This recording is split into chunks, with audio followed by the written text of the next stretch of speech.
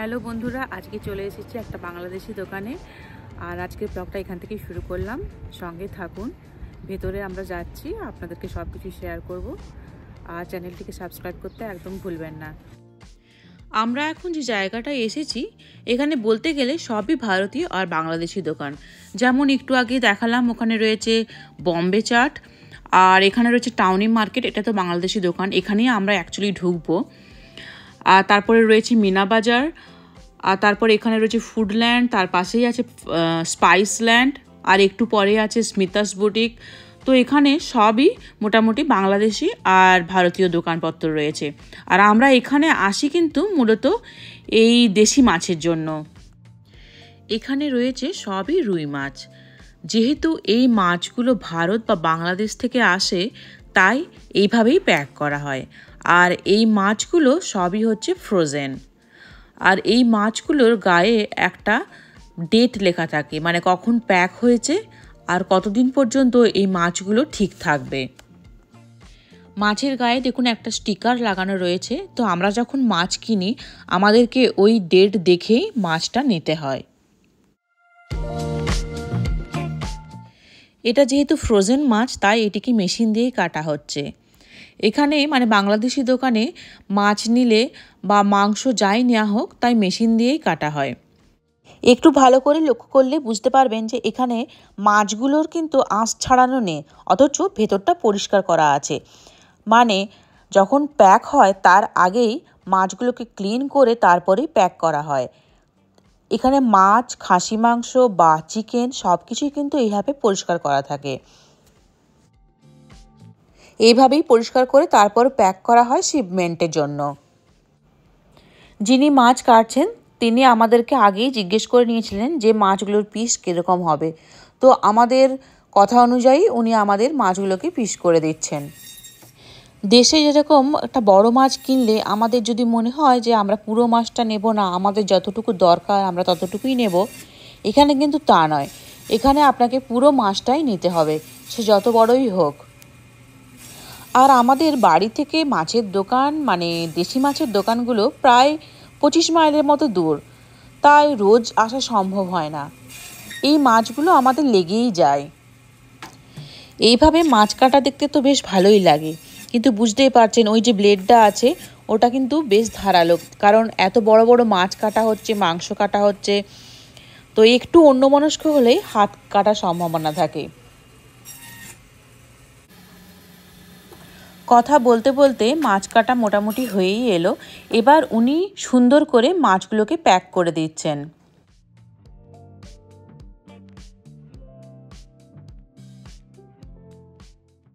আমেরিকায় কিভাবে মেশিন দিয়ে মাছ কাটা হয় আমি আপনাদের সাথে সব কিছুই শেয়ার করলাম। তো আপনাদের এই মেশিন দিয়ে মাছ কাটার ভিডিও কেমন লাগলো অবশ্যই আমাকে জানাবেন কমেন্ট করে। মাছ নিয়ে এবার আমরা চলে যাচ্ছি একটা পার্কে, যেটা আমাদের বাড়ির খুব কাছেই আছে। আমি এখন পার্কে চলে এসেছি, আর চলুন পার্কটা আপনাদেরকে ঘুরে দেখায়। এটা হচ্ছে পার্কের ইনফরমেশন সেন্টার আর তার সাথে স্ন্যাক বার। তো আমেরিকার প্রতিটা পার্কেই এরকম একটা করে ইনফরমেশন সেন্টার থাকে আর তার সাথে স্ন্যাক বার থাকে। এখানে অনেকেই দেখতে পাচ্ছি ফিশিংও করছে। একটু ঠান্ডা আছে, ভালো হাওয়া দিচ্ছে, তবুও দেখতে পাচ্ছি যে লোকে এখানে মাছ ধরছে। দাঁড়ান দেখাচ্ছি আপনাদেরকে।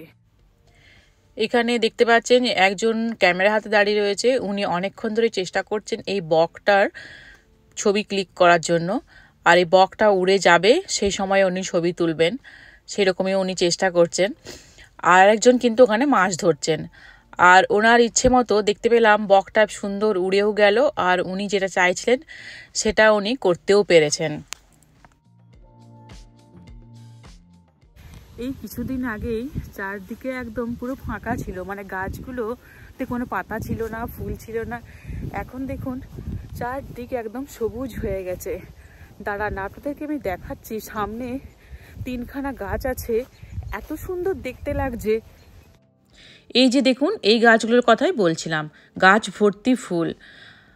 যদিও আজকে আকাশটা মেঘলা আছে, রোদ থাকলে হয়তো আরও সুন্দর লাগতো দেখতে। 15ই আগস্টের সময় এই পার্কটাতে আমাদের কিন্তু অনেক প্রোগ্রাম হয় ইন্ডিয়ানদের, আর এই জায়গাটাতে রথও হয়। তো এবার যখন হবে আমি যদি আসি আপনাদের সাথে সব কিছু শেয়ার করব।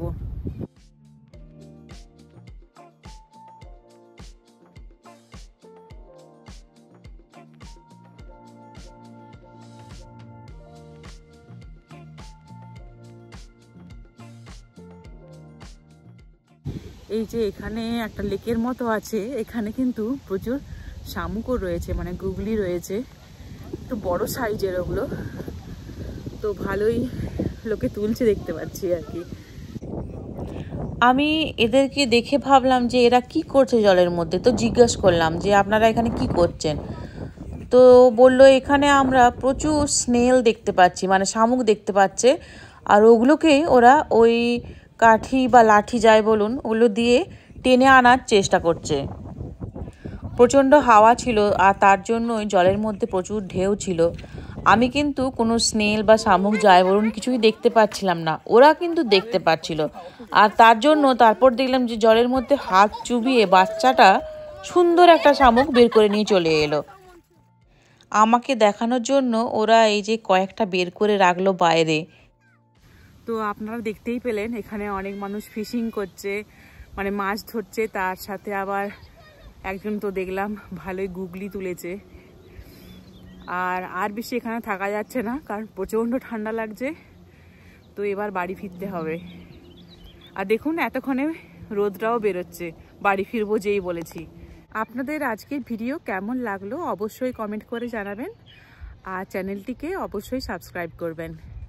দেখা হচ্ছে পরের ভিডিওয়, ততক্ষণের জন্য বাই।